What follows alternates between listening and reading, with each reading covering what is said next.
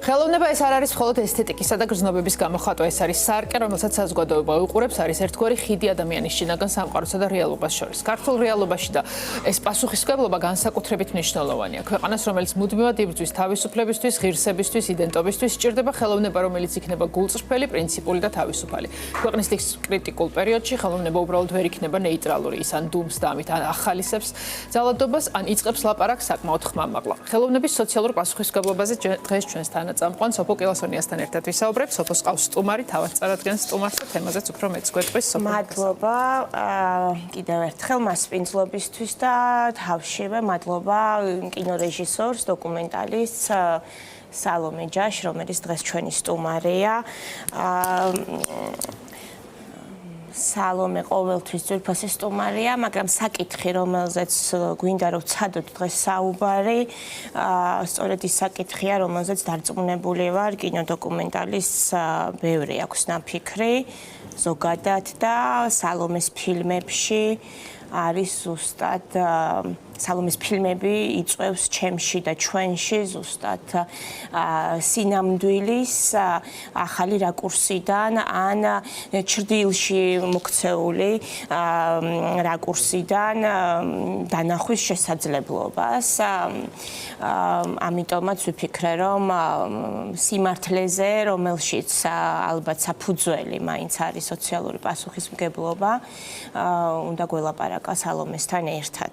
ჩვენ არაერთხელ გვისაუბრია თუ რამდენად მნიშვნელოვანია ინდივიდის გამოხატვის თავისუფლებისთვის თავისუფალი ხელოვნება და თავისუფალ ხელოვნებაში ვგულისხმობთ პოლიტიკური ძალაუფლების მქონე ჯგუფების, კლანების თუ პარტიული კომიტეტების ზეგავლენას და ზოგადად მეინსტრიმული წამყვანი იდეოლოგიებისგან თავისუფლებას ვგულისხმობთ ხელოვნების თავისუფლებაში და გვისაუბრია, რომ მხოლოდ ასეთ ხელოვნებაში რჩება სივრცე ავტორის თვითგამოხატვისთვის და სივრცე მაყურებლის თუ ხელოვნების მიმღების დამთვალიერებლის მკითხველისთვის ასეთ ხელოვნებაში რჩება სივრცე განავითაროს და გააძლიეროს საკუთარი კრიტიკული აზრი, ფანტაზია, დაუშვას ის, რაც ყოველდღიურობაში შეიძლება რისი გამოცდილებაც ვერ შეიძინოს.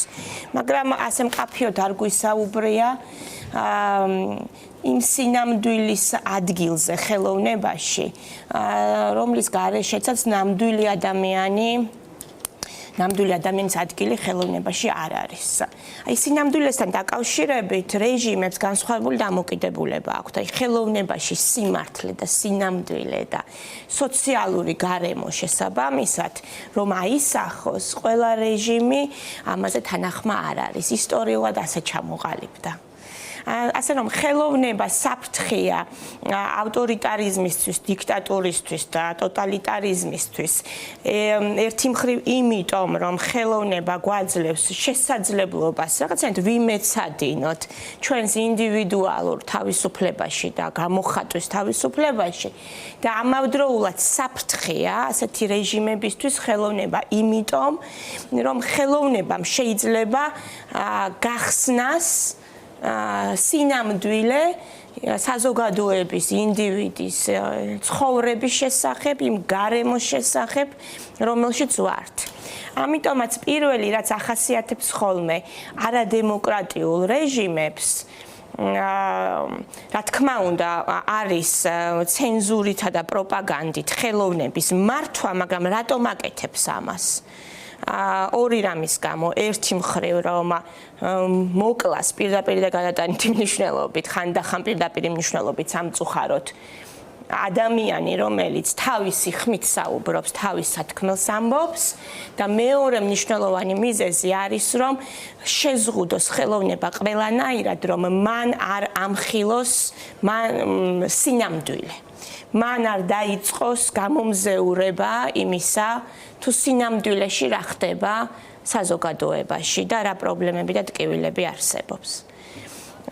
საბჭოთა იდეოლოგია და კულტურა იყო ამის ნათელი მაგალითი და მაგალითად 1930-იანი წლების დასაწყისიდან შეიმუშავეს ისეთი მეთოდი ხელოვნებისთვის უნივერსალური და ერთადერთი, რომელსაც სოციალისტური რეალიზმი დაარქვეს და აქ მაინც აქცენტს გავაკეთებ სიტყვა ეცნება რეალიზმზე, დაარქვეს სიმართლე და სინამდვილე, მაგრამ წინასწარ განსაზღვრეს რა ტიპის სიმართლე და სინამდვილე უნდა აღეწერა ხელოვნებას. შესაბამისად ეს მოხდა ამ დროს მოხდა ესეთი დიდი შეტევა არა მხოლოდ ხელოვნების თავისუფლებაზე, არამედ ხელოვნებაში ადამიანის და მისი სიმართლის წინააღმდეგ შეტევა. აქედან ჩვენ რთულად გამოვედით სამწუხაროდ. ქართულ ხელოვნებაში ვისწავლეთ თანამედროვე ხელოვნების სხვადასხვა ფორმები, სხვადასხვა ტექნიკები, მაგრამ ყველაზე მეტად რაც სრული პასუხისმგებლობით ვამბობ ხა როგორც სხვა არაფერი მიკეთებია ამის კვლევის გარდა. ასე რომ ბედავ ასე ვთქვა, საწყენი რამ თქვა, რომ ყველაზე მეტად რაც ქართულ თანამედროვე საქართველოში ხელოვნებას უჭირს, ეს სიმართლისთვის თვალის გასწორებაა და ამ სიმართლის წინაშე საკუთარი ხედვის ჩამოყალიბება, ავტორისეული ხედვის ჩამოყალიბება. მე მგონია, რომ ზუსტად ამიტომ განსაკუთრებით ძაგს ამჟამინდელ ახალგაზრდა დიქტატურას დოკუმენტური ხელოვნების. იმიტომ რომ ამ დოკუმენტურმა ხელოვნებამ, უპირველესად დოკუმენტურმა კინომ ამოწია ისეთი ამბები და ისეთი ფართო კადრია, თუ როგორ ფართო ხედით აჩვენა ის, რომლის დამალვასაც დამოუკიდებელი საქართველოს განმავლობაში სულ ცდილობს ყველა. ეს არის ადამიანის სატკივარი და მისი პრობლემა და როგორ არ ესმის გარემოს ამ ადამიანების. არაფერი ყოფილა ისეთი ემოციური ჩემთვის, როგორც სალომეს ფილმებში, აი ამ ახლო ხედით დანახული, გასახტებული, გაოცებული და რაღაცა დადუმებული მოქალაქე, რომელმაც არ იცის როგორ იმოქმედოს ამ მოცემულობაში და რომელსაც არავინ არ ელაპარაკება მის პრობლემებზე. მეც აღარ ვილაპარაკებ დღეს. ძალიან საინტერესოა კი საუბრეს. სალომე, რა თქმა უნდა, ჩვენთვის ყოველთვის ძალიან მნიშვნელოვანია უშუალოდ შენი ფილმების და შენთან მიმართებაში რეჟიმის აქციელი, მაგრამ ამაზე ალბათ არაერთხელ გისაუბრია.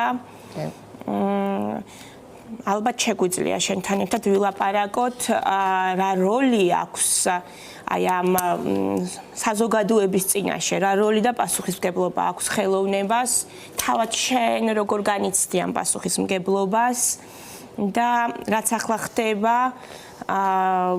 შესაძლებელს გახდის თუ არა, დატოვებს თუ არა ადგილს და სივრცეს ასეთი ადამიანზე ფართო კადრის ხელოვნებას შესაძლებელს გახდეს თუ არა, რომ ჯერ კიდე ერთ-ერთი პირველი იყავი, ხო, იმიტომ რომ ბორთვინიერებაზე ესე აკრძალვები რო დაიწყეს, მაშინ გვიკვირდა ჯერ კიდევ რეჟიმისგან მსგავსი ქმედებები. დღეს სამწუხაროდ უკვე აღარ გვიკვირს მსგავსი რა. ხო, ხელოვნების ადგილი ყოველთვის არის. თავისუფალი დამოუკიდებელი ხედვის გადმოცემის ადგილი ყოველთვის არის. უბრალოდ ზოგჯერ ეს უფრო რთულია და მეც იმამაცეს მოითხოვს, ზოგჯერ ამის სრული ხელშეწყობა არის. მაგრამ შეუძლებელია აი ამ თავისუფალი გამოხატვის მოკლა. და პასუხისმგებლობას რაც შეეხება როლს და პასუხისმგებლობას, იცი რა არის, რომ გისმენდი შენს კითხვას, რომ უსმენდი, თქვა აი შარშან აპრილამდე ესეთი კითხვა არ იქნებოდა ალბათ. და არც მანამდე. მგონია რომ აი ეხლა ვიწყებთ ამ როლზე საუბრს, რომელიც ჩემთვის როგორ აღზევს ხელოვნებას არ აქვს რაღაცა როლი ჩემთვის, მაინც და მაინც ვერ ვიტყვი, რომ ეხლა მე როგორც ხელოვანი ან ჩემი ფილმი რაღაცა როლს ასრულებს. ალბათ ასრულებს, მაგრამ მიზანი რომ რაღაცა როლი შეასრულოს და რაღაცა პოზიცია გამოხატოს მაინც და მაინც, რაღაცა დაამტკიცოს, რაღაცა კონკრეტული აჩვენოს, ეს არ არის. ჩემი ეს ანუ ნებისმიერი ხელოვნების ნიმუში ხო ეს არის რაღაცა აფეთქება, მოდი ესე ვთქვათ, ხო? აფეთქება შინაგან რაღაცა ვნებასა და გარემოს შორის. როცა ეს ორი ერთმანეთს ეჯახება, ხო? მაშინ ჩემთვის მაშინ იბადება რაღაცა ხელოვნების ნიმუში, მაშინ იწყება ამ ხელოვნების ნიმუშის შექმნა. მე მაქვს რაღაცა ვნება, რაღაცა ხედვა და ვიჟენი, ხო? ასე შეიძლება დავრო ხედვა და გარშეთ რა გარშემო ჩემს გარეთ რაღაცას ვხედავ. და აი ეს ჩემი სუბიექტური ხედვა და ობიექტური გარემოება როცა ერთმანეთს ეჯახება, ამ დროს იბადება რაღაცა. და თავისთავად რაც იბადება, ეს არ არის აბსოლუტური სიმართლე. აი რაღაც სიმართლის გამოხატვაზე საუბრობდი, ხო? აი თქვათ რა არის სიმართლე? დღეს დაიწყო ბაზარი, ხო? რაღაცა სიმართლე არის, ერთი წინადადებიანი სიმართლეა, დაიწყო ბაზარი. მაგრამ აი ამ სიმართლის მიღმა არის ძალიან კომპლექსური ისტორია, ხო, თქვათ. ნუ აღარ წავიდე, რომ ძალიან ბევრი ამბავი შეიძლება მოყვა იმას შესახებ, რატო დაიწყო, რამდენმა ადამიანმა დაკარგა, რა დაკარგა, რატომ დაკარგა, ვისთვის რას ნიშნავს ეს ღირებულება. ანუ რეალობა ხო არის ძალიან კომპლექსური. მრავალი სიმართლისგან და კომპლექსური ურთიერთგამომრიცხავი სიმართლებისგანაც კი შედგება. და ჩემს როგორც არტისტისთვის, ხელოვანისთვის არის ზუსტად აი ამ კომპლექსურობის სივრცის ჩვენება. შენც ახსენე სივრცე რა, ეს სივრცის შექმნა, სადაც აი ზუსტად აი რომელიც იძლევა რაღაც სააზროვნო აზროვნების საშუალებას, შეგიძლია ეს კომპლექსურობა, ურთიერთგამომრიცხავობა დაიტოვო და შენს თავსაც დაუპირისპირდე აი ხელოვნების ნიმუშთან ზიარების დროს, ეს არის ზუსტად ის, რაც მე მაინტერესებს. და დღეს, როცა უკიდურესად პოლარიზებულ სამყაროში, ქვეყანაში და დროში ვართ, სადაც აქეთ ერთი წინადადება ითქმის, აქეთ მეორე წინადადება, აი ამ კომპლექსურობის სივრცე აღარ არსებობს. და არის ძალიან რაღაცა ელემენტარულზე დასული ეს დისკურსი, რომელიც შეიძლება სიმართლე იყოს ერთი წინადადება, მაგრამ როგორც თქვით, ეს ერთი წინადადებიანი სიმართლე არაფერს არ ნიშნავს, არის ზედაპირულობა და უბრალოდ გამოფიტულია ყოველგვარი სააზროვნო, სადისკუსიო სივრცისაგან, ხო? რაღაცნაირად აი თქვა როგორც ახსენეთ, საშუალება როდესაც აქვს ხელოვანს, რომ ყველა სიმართლემ ერთად მოიყაროს თავი, თხრობაში იქნება ეს თუ ვიზუალიზაციაში, ეს ძალიან მნიშვნელოვანია.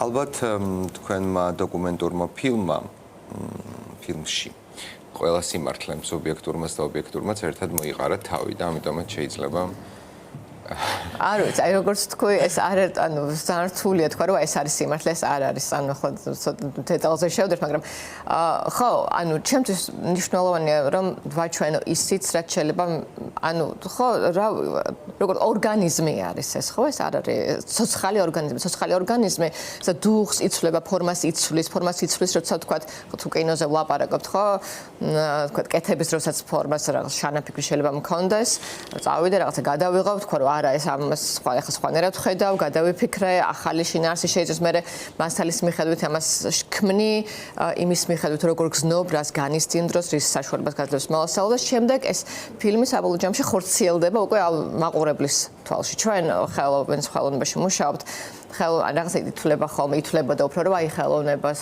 ეს არის რაღაცა მეც ადრე ესე ვთვლიდი და ნაწილობრივ შეიძლება ეხლაც ეს რაღაცა ჩემთვის ვაკეთებ ხელოვნებას, ხო, თქვა ხელოვანი სიტყვის, მაგრამ რეალურად ჩვენი ეს ხელოვნება, ხო, იქნება აუდიტორიისთვის, მაყურებლისთვის თუ დამთვალიერებლისთვის. და ის ხელოვნების ნიმუში ის სიმართლე, ხო, მოდი ესე ვთქვათ, სად ხორციელდება სიმართლე, ის ხორციელდება მაყურებლის გონებაში. საბოლოო ჯამში. ალბათ ამიტომ არის ჩარევის ვნება სხვადასხვა ხელისუფლებაში ზოგადად, ჩარევის სურვილი, რომ ამ აუდიტორიამდე მივიდეს რაღაცნაირად გასუფთავებული და ხელისუფლებისთვის პრობლემა არ შექმნას იმ სიმართლემ თუ სინამდვილემ თუ ინფორმაციამ, რომელიც აუდიტორიამდე მიდის. მოდი ვთქვათ სააზროვნო სივრცემ.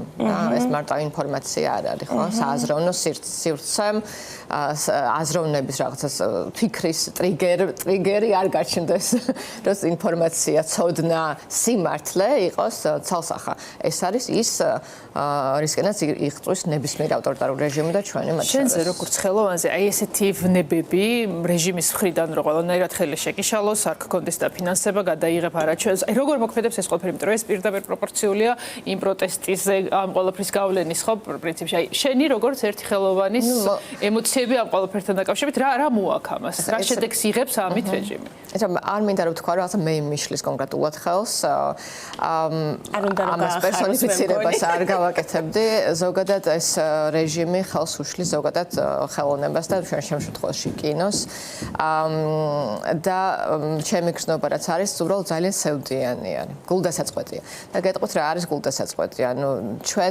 ჩემმა თაობამ ესე ვთქვათ რა როცა 90-იანებში მოხდა რაღაცა გარკვეული წყვეტა კინოში იმიტომ რომ ძალიან ძვირი ხდებოდა კინოს გადაღება და შეჩერდა ეს ინდუსტრია, კინო ინდუსტრიას ვეძახეთ. რაღაც დროს ჩემმა მეგობრებმა, კოლეგებმა ჩვენ დავიწყეთ კინოს კეთება, განსაკუთრებით დოკუმენტური კინოს კეთება, ფაქტობრივად სუფთა ფურცლიდან. ანუ იქ ძალიან ცოტა ნინო კირთაძე აკეთებდა ერთ-ერთი მაშინ ფილმებს, რაღაც რამდენიმე ადამიანი, მაგრამ ძალიან პატარა იყო ეს და ჩვენ ჩემმა კოლეგებმა, მეგობრებმა ჩვენ შევქმნით თანამედროვე ქართული კინო. და შემიძლია ვთქვა და ძალიან ამაყიც ვარ ხოლმე ამას რომ იმიტომ რომ ეს ძალიან სასიამოვნო პროცესია რაღაცის შექმნის მონაწილე ხარ არ მხოლოდ ვთქვათ რაღაც ხელოვნების ნიმუშის შექმნი არამედ ქმნი გარემოს აი ამ ხელოვნებისთვის რა ზრდი აუდიტორიას ამ ფორმების შემოგაქვს ხო სახელოვნების ფორმების შემოგაქვს პარტნიორობები საერთაშორისო პარტნიორობები რომლის გარეშეც შეუძლებელია კინოს წარმოება ეს არის საერთაშორისო ინდუსტრია სადაც ეროვნული პროდუქტი ფაქტობრივად არ არსებობს ეს რამე დღეს კინოში ეს არის საერთაშორისო ინდუსტრია ანუ აყალიბებ ამ კონტაქტებს გაგაქვს ქართული კინო არა მარტო ჩემი საკუთარი არამედ ზოგადად რა ნუ ქართული კინო რაღაც ადგილს იპოვებს ანუ მე ვიყავი როგორც ბევრი ჩემს გარშემო მონაწილე აი ამ ქართული კინოს შექმნის. მათ შორის კინოცენტრთან ერთად, რომელიც წლების განმავლობაში მუშაობდა და ხელს უწყობდა. ჩვენ ერთად კინოცენტრმა დამოუკიდებელმა ქართულმა ავტორებმა თუ პროდიუსერებმა, სხვა აქტორებმა ერთად შევქმნით დამოუკიდებელი ქართული კინო. და ძალიან გულდასაწყვეტი არის ზუსტად ეს, რომ უბრალოდ აღარ არის საშუალება დღეს რომ განავითარო ეს დარგი კომპლექსურად. კი, მე თქვა შეიძლება ჩემი კინო გადავიღო და ვიღაცა თავის კინოს გადაიღებს და შეიძლება ერთმანეთს დავეხმაროთ ეს შევქნათ, მაგრამ აი განვითარების შეფერხება მოხდა. და აი ზუსტად ის რომ რაღაცას შექმნი ხო, როგორც ბავშვი ააშენებს კუბიკებით სახლს და ვიღაცა მოვა და დაუნგრევს ხო, აი დაახლოებით ესეთი რაღაცა და მართლა ცოტა კუბიკებით აშენებული იყო, იმიტომ რომ არაფრიდან შევძელით აი ეს სექტორი, ეს ინდუსტრია აგვეშენებინა. სალომე მაგნიშნა რომ ხელოვნება სააზროვნო ველს და სივრცეს ქმნის, რომელშიც აუდიტორია, საზოგადოება შესაბამისად სხვადასხვანაირად ვითარდება და ერთვება ამ სააზროვნო აზროვნებაში, განცდაში, არა? და ალბათ უკვე ყველასთვის გასაგებია, რომ ასეთი საზოგადოება არ არის დიდად მისაღები, თუ კი არ გვაქვს მართლობა ან წყობა, სადაც საზოგადოება არის საყრდენი და საზოგადოება არის ის ვინც მართავს. ან უნდა მართავდეს მაქსიმალურად ჰქონდეს გავლენა სახელმწიფოზე და სახელმწიფოში მიმდინარე პროცესებზე. და ნუ ალბათ გასაგებია რომ სწორედ ამიტომ ასეთი ხელოვნება რომელიც სააზროვნო ველს ქმნის ახალი არ არის რომ ასეთ პროცესებში რომელშიც ჩვენ ვართ არის მიუღებელი და საფრთხის შემცველი. და პირველი ვისაც ალბათ აკლდება და ვინც ზარალდება არა იმდენად ხელოვანები არიან რომლებიც შეიძლება საქართველოში არა მაგრამ სხვაგან იმუშაონ ან სხვა რამ აკეთონ ან საზოგადოება არის საზოგადოება იმიტომ რომ საზოგადოება აღმოჩნდება სივრცეში სადაც აღარ არის კითხვის ნიშნები და შესაბამისად დისკუსია არამედ რაღაცადაც გავს ხელოვნებას ეს ხელოვნება გაწვდის მზა უკვე გადამუშავებულ მოსაზრებას რომელიც მხოლოდმა გაიზიარო და პრინციპში ამისთვის იყენებენ ხოლმე ხელოვნებას ავტორიტარულ რეჟიმებში. მაგრამ ამ ყველაფრის მიუხედავად სალომე ძალიან სხვა თავის კოლეგებთან ერთად ძალიან უყაითად შრომობს დოკას სახით და კვირაში ერთხელ თუ ორ კვირაში ერთხელ ზუსტად არ ვიცი, აჩვენებენ კინოდოკუმენტალისტები, აჩვენებენ არა მხოლოდ ქართული წარმოების ფილმებს, არამედ მსოფლიო დოკუმენტურ კინემატოგრაფიაში არსებულ ისეთ ფილმებს, რომლებიც რაღაცა თვალსაზრისით საინტერესოა და პრინციპში ალბათ მთავარი ამოცანა გაქვთ ამ სააზროვნო ველის შენარჩუნება. აი ამ მოცემულობაში პროტესტის ფარგლებში ამას მაინც აგრძელებთ. მოდი მაყურებელს ვუთხრათ რა ხდება, სად არის ეს კერა დარჩენილი სააზროვნო და რა ფილმებს აჩვენებთ, რატომ აჩვენებთ ამ ფილმებს. ფილმებს ვაჩვენებთ ყოველ ორშაბათს 7 საათზე კინოთეატრ ამირანში, მაგრამ ცოტა სლაგად დავიწყებ. კრიზისი ჩვენ სფეროში დიდი ხანია დაიწყო, ალბათ 3 წელია უკვე კულტურაში, სოფო იცის კარგად. ალბათ პირველი ნიშანი, ერთ-ერთი პირველი ნიშანი იმისა თუ რაც დღეს ხდება იყო კულტურის სფეროში. და როცა დაიწყო ეს კრიზისი, როცა მივხვდით რომ კინოცენტრი როგორც ნახეთ საყრდენი, ხო? კინოსი გამოგვეცალა და პირიქითის გახდა მტრული და მოკიდებელი კინოს მიმართ. გაჩნდა საჭიროება რაღაც ერთიანობის, ხო? რაღაც შეიქმნეს სხვა ჯგუფ, გაერთიანდა, ისედაც გაერთიანდა ქართული კინო და ჩვენ მაშინ ჩამოვაყალიბეთ დოკუმენტური კინოს ასოციაცია. ამიტომ ორგანიზაციული ერთიანობა ძალიან მნიშვნელოვანია, რომ გადადგა სხვა ნაბიჯები, თქვათ იგივე დოკუმენტური კინოს ადვოკატირებისთვის ან პოპულარიზაციისთვის, ხო? შევქმნით დოკუმენტური კინოს ასოციაცია და ერთ-ერთი ჩვენი აქტივობა, ასე ვთქვათ, ხო, რაც თქვით რომ მნიშვნელოვანია. რისთვის ვაკეთებთ ამ დოკუმენტურ კინოს, ხო? ჩვენ ამ კინოს ვაკეთებთ აუდიტორიისთვის და საქართველოში არ არის ეს თიკერა, მაინც და მაინც სადაც გარდა ფესტივალების, რომლებიც უკვე ძალიან ცუდ დღეში არიან, ადამიანმა ნახოს ეს კინო და ამიტომაც შევქმნით დოკას კინოკლუბი. დოკას კინოკლუბი შევქმნით ორი რაღაცის გამო ალბათ რა. ერთის მხრივ რომ ჩვენი, ანუ ქართული დოკუმენტური კინო გვეჩვენებინა აუდიტორიისთვის. და გვეჩვენებინა ასევე საერთაშორისო დოკუმენტური კინო და ზოგადად მეორეს მხრივ აი ამ ტიპის ხელოვნებისთვის, რომელიც სადღაც მედიასთანაც ახლოს არის, აი უფრო ზღვარზეა ხელოვნება, მაგრამ მაინც მედიაც არის. აი ამ ტიპის ფორმისთვის შეგვექმნა სივრცე და გაგვესნო ეს აუდიტორიისთვის. და ეს ფორმა, დოკუმენტური კინოს ფორმა, როგორც წესი დოკუმენტური არის მოკლემეტრაჟიანი, თქვა საათნახევარი გრძელდება და განსხვავდება ახალი ამბებისგან იმით, რომ ზუსტად ის დროში განგრძობითად ბნელ ოთახში კონცენტრირებულად გამყოფებს რაღაცა თემაში, რაღაცა განცდაში, ხო? რაღაცა აზრებში. და შეგვექმნა ზუსტად აი ეს ბნელი ოთახი, სადაც 90 წუთი რაღაცა ამბავს გადიხარ, რაღაცა მოგზაურობაში ხარ, რაღაცა განცდაში ხარ.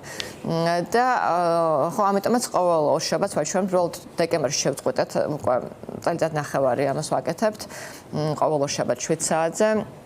ამირანში და დიდი მადლობა კინოთეატრს რომ ეს სივრცე დათმობილი აქვს კინოკლუბისთვის, თუმცა დეკემბერში მოგვიწერა შეწყვეტილიყო, იმიტომ საერთოდ კულტურის თუ არ ვიცი არც არანაირი აქტივობის ადგილი არ დარჩა, მაგრამ გადავწყვიტეთ რომ აღვადგინოთ, უკვე 3 კვირა არის აღვადგინეთ კინოკლუბი, იმიტომ რომ აი ამ კრიზისშიც კი და განსაკუთრებით ალბათ დღეს კრიზისში მნიშვნელოვანია რომ გქონდეს ფანჯარა, სადაც ცოტა უფრო ჩაღრმავებულად შევხედავთ რაღაცებს. თუმცა რამზიმია იმის გააზრება, რომ თითქოს დღეს უკვე აღარ უნდა ვიყოთ იმ ეტაპზე, რომ ასეთი ერთი შესაძლებლობა იყოს, ხო და ასეთი რაღაცები, რა ვიცი, შეიძლება 90-იანებში მისაღები იყო, მაგრამ დღეს აქ აღარ უნდა ვიყოს და ზუსტად ესეც ხალხს უსვამს, რამდენად უკუსვლით მიდის ქვეყანა და რამდენად ბრუნდებით ძალიან ისეთ უფრო მეტად მახსენდება 90-იანების წარწერა გრაფიტი კედელზე თუ გახსოვთ, კულტურა ქვშია. რაღაც საკულტო წარწერა იყო, ალბათ გახსოვთ. და აი დიდი ხანია ეს აღარ გამხსენებია და ზუსტად აი ამ ბოლო დროს გამახსენდა რომ კულტურა ქვშია და აქ მნიშვნელოვანია რომ კულტურა არ არის მხოლოდ კინო, თეატრი, ლიტერატურა ან მუსიკა. კულტურა ბევრად უფრო ფართემცნება, ეს არის ამაში მოიაზრება განათლებაც, ისტორიაც, მეცნიერებაც, კულტურა ცხოვრების წესი არის და ეს ჩვენი დღევანდელი ცხოვრება ისეთი დაწრეტილია, გამოშიგნული არის, არანაირი კულტურული მასში აღარ არის და შემოიფარგლება მხოლოდ რაღაც სლოგანებით და რაღაცნაირად ეს სიძულვილის და რა გააცოცხლებს აი ბოლო ალბათ 1 წუთიც არ გქოს ხო? როგორ ფიქრობ რა იქნება ის გარდამტეხი, როდესაც ჯანსაღი კულტურული პროცესი შეიძლება დაბრუნდეს. მე ვხედ, ანუ ჩემთვის რა არის ეს ქვეყანა, ხო, საქართველოს და მინდა რომ პატრიოტული კუთხიდან არ ველაპარაკო, არამედ როგორც მოქალაქის, რომელსაც აქვს პასუხისმგებლობა, ხო? ეს ქვეყანაც ცოცხალი ორგანიზმი არის, გარემოც ის ადამიანებისგან შედგება. თუ ადამიანები არიან მკვდრები, მოდი ესე ვთქვათ, ცოცხალი მკვდრები, იქ ვინც ძლიერია ის განსაზღვრავს ყველაფერს. თუ ადამიანები არიან ცოცხალი, პასუხისმგებლობის მქონე, ეს საზოგადოება შედგება და ეს ქვეყანა შედგება, კულტურაც იქნება და ეს იქნება სიცოცხლეც სავსე. ამიტომაც მე მგონი რომ ჩვენი ყოველას სამოქალაქო პასუხისმგებლობაა, რომ მონაწილეობა მივიღოთ დემოკრატიული, ცოცხალი, თავისუფალი ქვეყნის და საზოგადოების შექმნაში. დიდი მადლობა. მადლობა. სალომეს, მადლობა სოფოს. ერთი კვირით სოფოს დავემშვიდობებით, მაყურებელს კი 5 წუთით რეკლამის შემდეგ დავბრუნდებით.